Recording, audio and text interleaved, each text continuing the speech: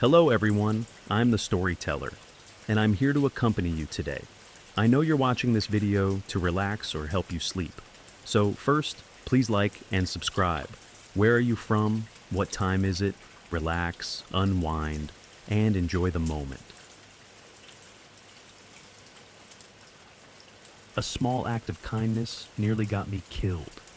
His eyes were bloodshot, shining with unshed tears. There was a sad, lost look about him that crumpled my heart. I finished the last of my coffee and made my way to the counter. There were some wrapped cookies and brownies on display. I grabbed a cookie, paid for it, and asked for a pen. I flattened the cookie's receipt on the countertop and scribbled, "Hope this cheers you up." In low tones, I asked a favor of the cashier to send the cookie and note over to the man after I had left. The heartbroken one in the corner, he was easy to spot. I left and thought nothing more of it. Dwelling on it would give me anxiety. Like, what if he was crying from a breakup, and that cookie resembled what his ex used to make for him and made him sadder? Or if his mom just passed, and that was his mom's favorite cookie. Best not to imagine the consequences. Just hope for the best and move on. The next time I was at the cafe, it was the same cashier. She took my order, then hesitated. She seemed to want to say something to me, but she didn't, and turned away after a moment. I went home after getting my triple shot coffee. Lots of work to do, and I hadn't had enough sleep. The triple shot worked magic.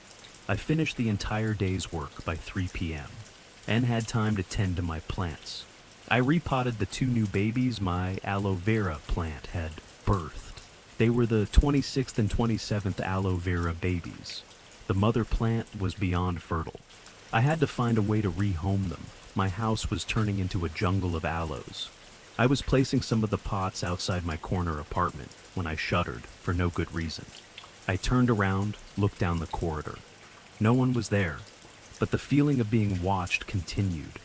I quickly put up the handwritten sign, "Free aloe vera plants, help yourself," by the pots of aloe veras.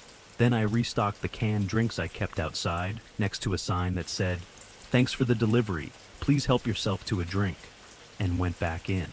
I didn't leave my home until dinner time. I had a quick dinner out, got back, and noticed a little scratch on my door, around where the latch was. I must have scratched it with my keys at some point. I headed in, showered, and went to watch a movie in bed. It wasn't a horror movie, but something felt off. The energy of my house felt off. There was a weird, almost viscous tension in the air. Then again, I had been pretty stressed in the past week. That was probably it. I watched a rom-com, then 2, then 3, until I fell asleep. I woke up to my alarm the next day. I reached out from under my covers to switch it off.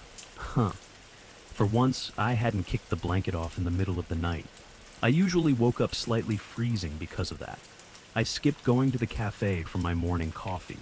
I was running up my bills. Instant coffee was going to be the norm for a while. A text popped up on my phone screen. From an unidentified number. "Good morning. Hope you enjoy the breakfast at your door." I raised an eyebrow and headed to my door. Sure enough, there was a takeaway meal at my door. I smiled. It was probably my bestie. She did random surprises like this once in a while. "Thanks, Julie," I replied. She had probably texted from the new work phone she had just got. I was taking a bite of the pancake I found in the box when my phone vibrated again. "Who the fuck is Julie?" read the text. I opened my mouth and let the bite of pancake fall out. Julie wasn't one to swear, not in the years that I've known her. "Who are you?" I replied. No reply. I texted Julie on her personal phone. It took her only a few minutes to respond. It wasn't her. The breakfast wasn't from her. I threw it out, heart thumping. "Did you not like it?" came the text. I shrieked a little. I had thrown it into the bin at home. "Who are you? How are you doing this?" I texted. I hesitated for a moment, then I locked myself in my bedroom and called the police. To the police's credit, they reacted fast. I told them that I believed someone might be in my home, and they were here in minutes. They found no one. I told them what had happened, and they began a search for electronic devices. They found 2. A camera plopped into one of my plants, one which showed the view of my living room and part of my kitchen. Another camera was in my bedroom. a tiny thing half hidden behind the knickknacks on my bedside table. They were battery-powered cameras with their own Wi-Fi. The battery could last for weeks, apparently. I didn't even know they made cameras like those. I felt sick, like a cold creature had crawled inside my skin and settled itself among my innards. I told the police about the scratch on my door. They concluded that someone had picked my lock. The police asked lots of questions about exes, people I could have offended, any creepy colleague or person in my life. I couldn't think of anyone. There just wasn't much drama in my life up to that point. I couldn't imagine anyone I knew going to such lengths to spy on me. The police left after dusting around for fingerprints. I didn't know they still did that. They said they would investigate, compare the prints to mine to check for any strangers' prints. They didn't have the manpower to leave a protective detail or to provide any form of protection. I've just got to be careful and change my lock, get a better one. They would investigate the number from the text and the recording devices too. I got the lock changed in a day. I got the most heavyweight lock there was, one the seller claimed could not be picked. I installed surveillance cameras outside my apartment too, for good measure. I didn't install any in my home. I was paranoid about people hacking the feed to spy on me. I've never liked the idea of being recorded in my own home. I was just about feeling a little safer and somewhat back to normal when I received another text from another unknown number. I'm not trying to hurt you. Please don't be scared of me. I love you. I called the investigator in charge of my case, told him about the text. They told me to screenshot it, send it over. I did that once I hung up. Another text. How could you do that to me? I froze. How did he know? Were there more cameras? Did he bug my phone? My phone vibrated again. I told you I loved you. Why did you call him? I left the house, headed straight to the police station. I was about to head in when another text popped up. Don't you dare go in there. That will make me really mad. I went in anyway, met with the officers in charge. They sent me home accompanied by an officer and told me to stay home as much as possible and try to be accompanied by friends or family when out. Then they left, after a sweep around my floor to make sure no one was around. I was on edge the next few days, sleepless. No amount of checking the door lock made me feel better. I ordered delivery for all my meals, didn't step 1 foot out the door. I made the delivery guys leave the food at the door and opened it only when I was sure they had gone. It was when my coffee from my favorite cafe arrived that I remembered the cashier, that strange look she had on her face. It was right before all the crap started. I took a taxi straight to the cafe. I wasn't going to risk being out longer than I had to be. I got lucky. The same cashier was working at the counter. I approached her, and her eyes widened. I looked down and realized what a mess I looked. I hadn't showered in days. I was wearing food-stained home clothes. My hair was straggly and messy. I remembered the last time I looked in the mirror, black circles around my eyes, face pale. Suddenly self-conscious, I smoothed my hair back as well as I could and spoke as calmly as I could manage. The last time I saw you, you looked like you wanted to tell me something. She stared at me for a while, confusion apparent on her face. She didn't remember me. I tried to remember our past interactions, anything that would stand out. I got that cookie for that guy, I said, the memory popping up. Her eyes widened further and her lips parted. Oh, you. She looked me up and down, a crease forming between her brows. I wanted to tell you that, well, tell me. The guy you got a cookie for, he kept asking about you. He wanted to know who bought him the cookie, wanted footage from our surveillance cameras. We denied him that, of course, but then he guessed it was you. He had noticed you in your red sweater.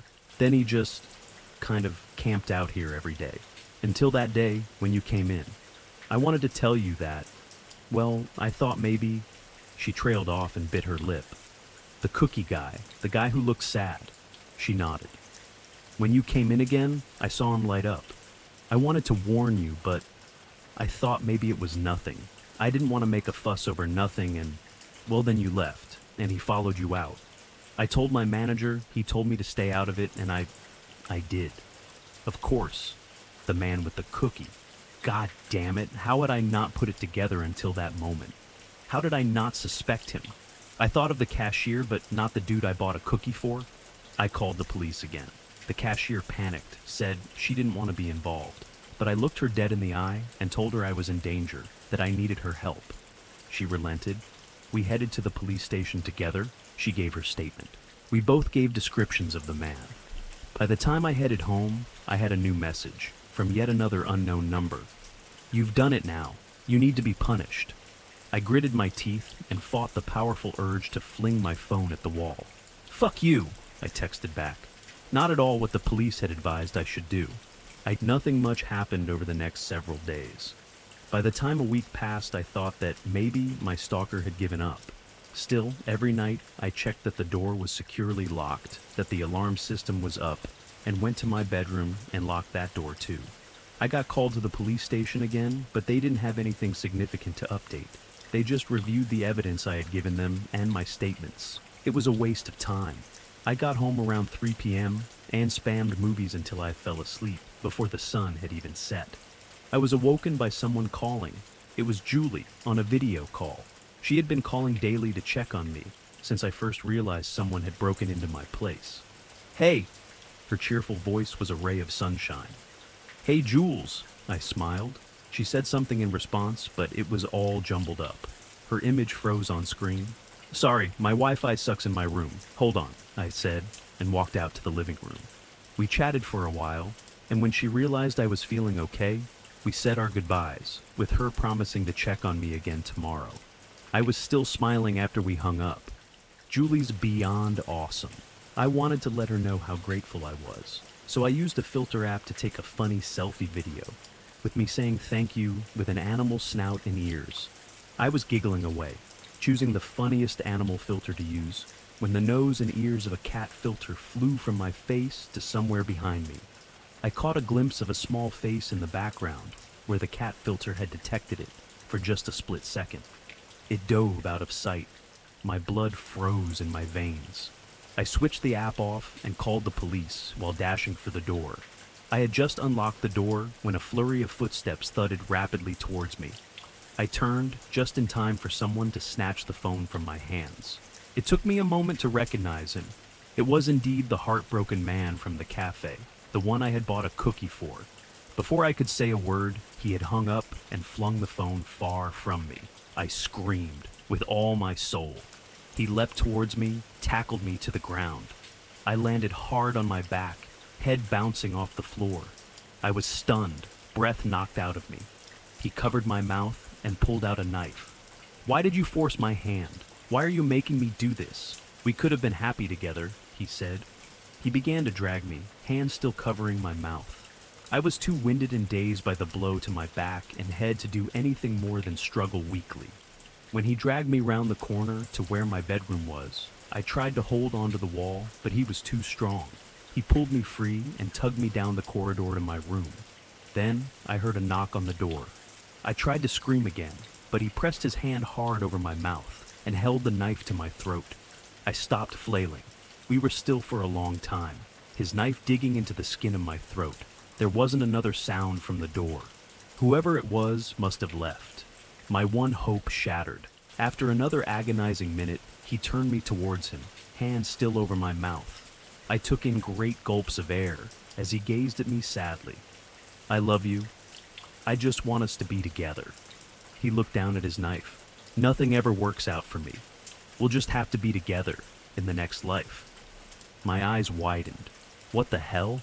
He stroked my cheek with the back of his hand, the hand that was holding the knife. You love me too, right? There was something. You felt it. That's why you bought me the cookie. Oh, that goddamn fucking cookie. Fuck me for ever having wanted to do something nice for someone. Now they know how I look like. They think I want to hurt you. They are trying to take me away. We can only be together, in death, in our next place. Shit. Shit to that. I shook my head at him. If he would uncover my mouth, I could lie. Tell him whatever he needed to hear. He gently placed the knife against my throat. You know I have to do this, for us. How the hell did this guy get this intense, this obsessed, this insane in such a short period of time? Over what? A bloody cookie? I tried to yell at him to stop, but he wouldn't move his hand from my mouth. Then I saw it. A movement behind him from around the corner. A face peered from behind the wall, wearing a nervous expression. It's really been so amazing our time together. Until you went yet again to the police station. I thought we had worked things out. I thought you... The other man, my savior, charged out from around the corner, a glass bottle in hand.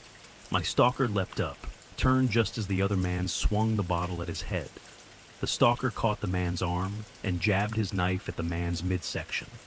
The man twisted out of harm's way and leapt back. My stalker pounced, landing on the man, and they tumbled out of my sight. I pushed myself up to a seated position, ignoring the dizzying sensations that flooded me as I straightened. Behind the wall, there were thuds, clatters, and grunts. I had just forced myself to stand when there was a loud cry, then silence. Blood roaring in my ears, I took a step towards where the scuffle had ended, then hesitated. Someone groaned, and there were the sounds of someone getting to his feet. I backed towards my bedroom door. I had just stepped into my bedroom and was about to slam the door shut when someone appeared around the corner. I began to sob. It was the other man. My savior. The police arrived soon after. My savior was a delivery guy. He had delivered my lunch the day before and had taken a pot of aloe vera and a drink from my stash outside the apartment.